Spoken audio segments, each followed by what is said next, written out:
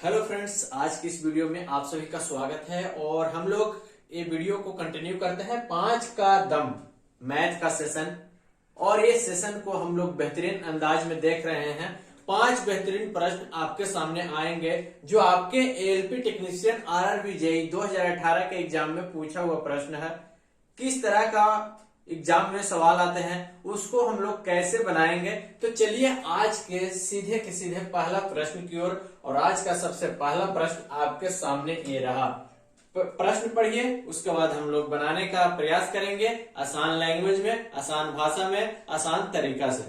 चलिए, एक 94 प्रश्न का उत्तर देता है। एक्स नामक कोई व्यक्ति है, 94 प्रश्न का उत्तर देता है और उसे 141 अंक मिलते हैं।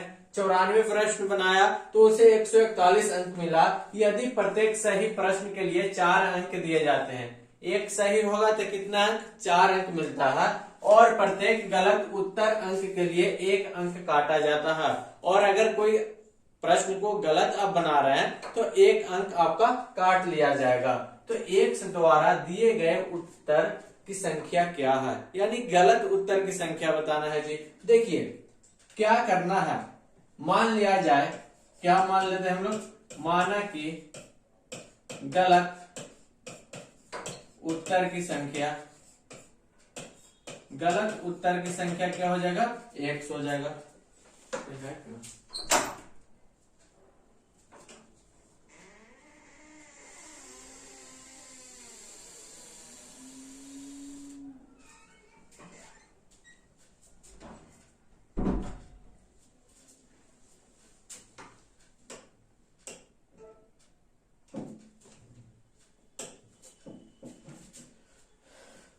प्रश्न पढ़ लिए, क्या बोल रहा है?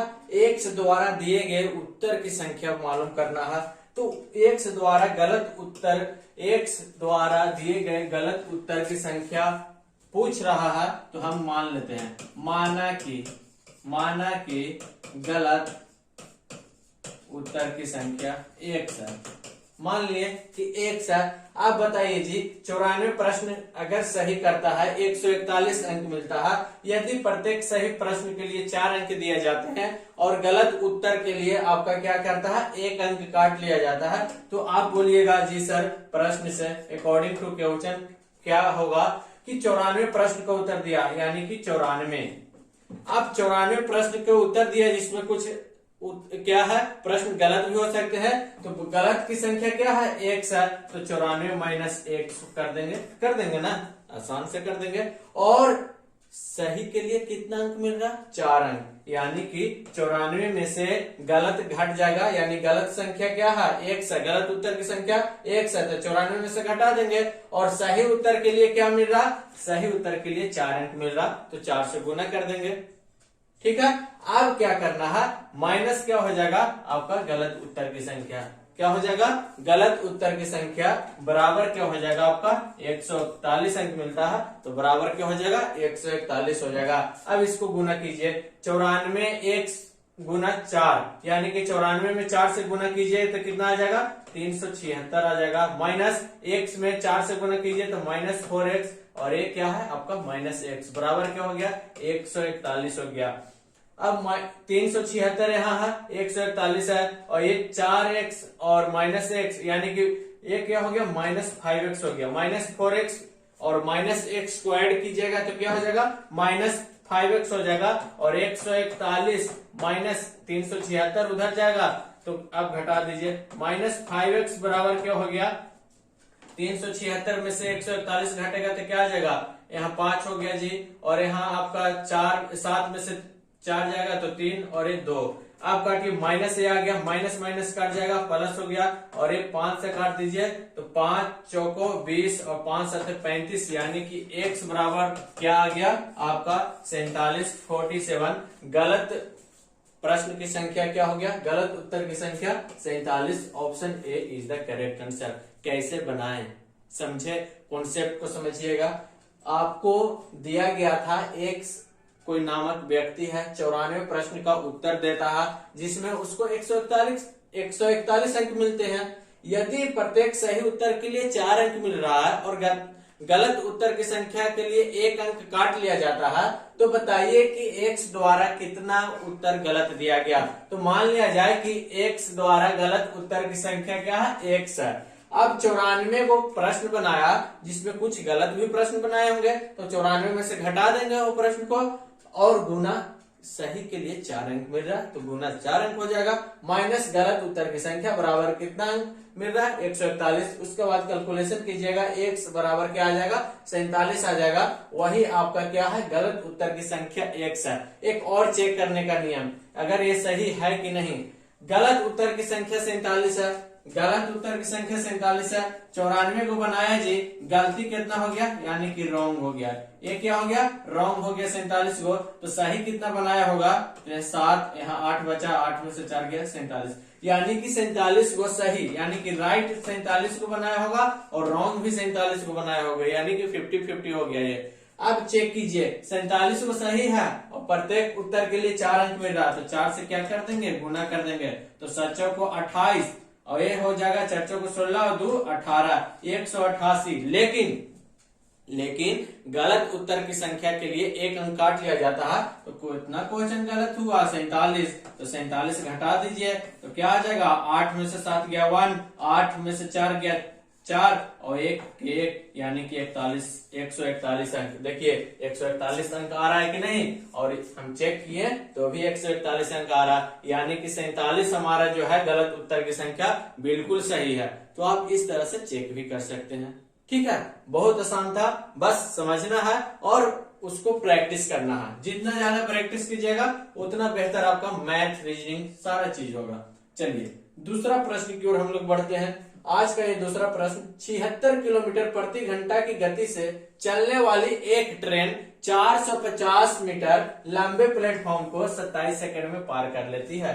ट्रेन की लंबाई पूछ रहा है जी, ट्रेन की लंबाई पूछ रहा है। आपको क्या पता है, चाल बराबर क्या पता है जी, चाल बराबर सर दूरी बटा समय होता है। क्या होता है, दूरी बटा समय होता है जी। चलिए चाल दिया गया है, कितना दिया गया, 76 किलोमीटर। अब 76 किलोमीटर प्रति घंटा है, इसको हम लोग चेंज कर लेंगे किसमें, मीटर प्रति सेकंड में। तो मीटर प्रति सेकंड में चेंज करने के लिए 5/18 से क्या होता है, गुना होता है। 5/18 से क्या हो जाएगा, गुना हो जाएगा, बराबर दूरी बराबर क्या हो जाएगा, ट्रेन की लंबाई प्लस प्लेटफॉर्म की लंबाई।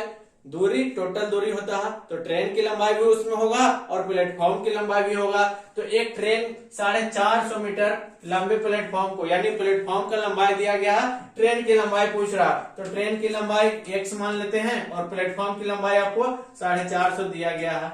बटा में क्या हो जाएगा, समय कितना सेकंड में पार कर रहा, 27 सेकंड में। नीचे क्या हो जाएगा, 27। अब काटिए, ये काट जाएगा जी, 9 दूनी 18 दो बार में, और ये 9 तिया 27 कट गया। अब इसको काट देंगे हम लोग, 38 दूनी 76, 38 बार में कट गया। अब 38 में 5 से गुना कीजिएगा तो कितना आ जाएगा, 8 × 5 = 40, हाथ में 4 और ये हो जाएगा 5 × 15 = 4 19, यानी कि 190 बराबर क्या हो जाएगा, x प्लस 450 बटा में क्या है 3। अब तिरछा तिरछे गुना कर देंगे तो क्या आ जाएगा, आपको तिरछा तिरछे गुना कीजिए तो x प्लस 450 बराबर 190 में 3 से गुना करेंगे तो 19×57 यानी कि 570, और आपको x बराबर 570 माइनस हो जाएगा 450, तो x बराबर क्या आएगा आपका 120 मीटर।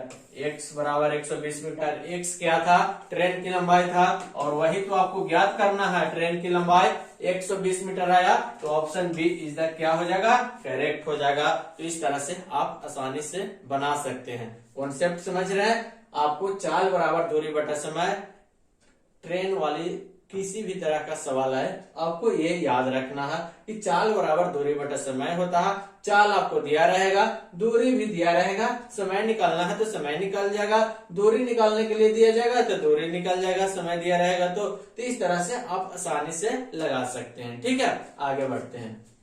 चलिए, बहुत ही शानदार प्रश्न आपका पूछा गया है प्रीवियस ईयर में, तो इस तरह से हम लोग आगे बढ़ते हैं। और ये रहा नेक्स्ट सवाल, एक पाइप एक टंकी को 2 घंटों में भर सकती है। एक पाइप है जो एक टंकी को क्या कर रहा है, 2 घंटों में भर रहा। एक जगह से रिसाव को भरने में, रिसाव मीन्स छिद्र होता है, टंकी में छिद्र होगा, पाइप में छिद्र होगा तो भरने में 2.2/3 का समय लग जाता है। यानी इसको कीजिएगा 3 दूनी 6 और 2 8, यानी कि 8/3 घंटा लग जा रहा है समय। तो टंकी के पानी के रिसाव यानी कि जो निकल रहा है किसी कारणवश से, टूटा हुआ होगा पाइप या टंकी छेद होगा तो कितना समय लगेगा, टंकी का रिसाव अगर हो रहा है तो कितना समय में खोलता है। ठीक है, चलिए देखिए बनाइए एक पाइप एक टंकी को। चलिए मान लिया जाए एक पाइप है एक टंकी को क्या कर रहा है 2 घंटों में भर रहा है। ठीक है, एक जगह से रिसाव को भरने में आपको क्या समय ले रहा 8/3, यानी कि बी है जो रिसाव कर रहा यानी कि खाली कर रहा है टंकी को, कितना समय में लेता है 8/3 घंटा में भर रहा है। अब टंकी के पानी का रिसाव कितने समय में खोलता है, अब बताइए जी कितना हो जाएगा। तो इस तरह का प्रश्न आपको सीधा का सीधा क्या करना है, एलसीएम निकालना है। अब भीनों का एलसीएम आपको पता होगा, ये भीन का एलसीएम हो गया 2 हो गया और क्या हो गया 8/3 का एलसीएम। तो इस प्रकार का एलसीएम हम बताए हैं कि नहीं, क्या बताए हैं, जो पूछेगा उसको ऊपर निकालेंगे और जो नहीं पूछेगा उसको नीचे। तो पूछ रहा है क्या एलसीएम, तो 2 और 8 का क्या निकालेंगे हम लोग एलसीएम निकालेंगे और बाटा में क्या हो जाएगा 3 और 1 का क्या निकालेंगे हम लोग एचसीएफ निकालेंगे।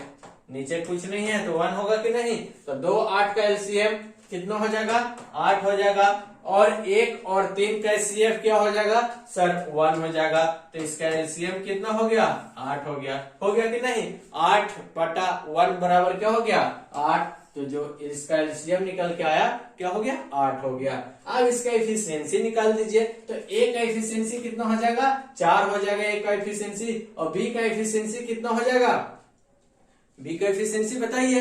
तो एक कितना हो जाएगा, तो इसका हो जाएगा सर 3 हो जाएगा, इसका एफिशिएंसी क्या हो जाएगा 3 हो जाएगा। कैसे होगा देखिए 8 × 3/8 यानी कि इसका एफिशिएंसी 3 हो गया। ठीक है, अब बताइए कि टंकी के पानी का रिसाव कितने समय में खोलता है यानी कि भरता है। चलिए अब यहाँ पे आ गया 8 तो टोटल है, हो गया कि नहीं, 8 क्या है आपका टोटल है और ये आपका भर रहा है, ये आपका खाली हो रहा। तो 4 में से आपका 3 जाएगा तो कितना होगा 1, यानी कि 8 घंटा में। इसका जो आंसर होगा 8 घंटा, option C is the correct हो जाएगा। क्या हो जाएगा 8 घंटा सही आंसर हो जाएगा। तो इस तरह से आप बना सकते हैं। चलिए अगले प्रश्न की ओर हम लोग बढ़ते हैं, समझिए सिर्फ, बाकी आपको प्रैक्टिस करना है। चलिए वह छोटी से छोटी संख्या क्या है, वह छोटी से छोटी संख्या जिसे 435 में जोड़ने पे एक पूर्ण वर्ग बन जाएगा।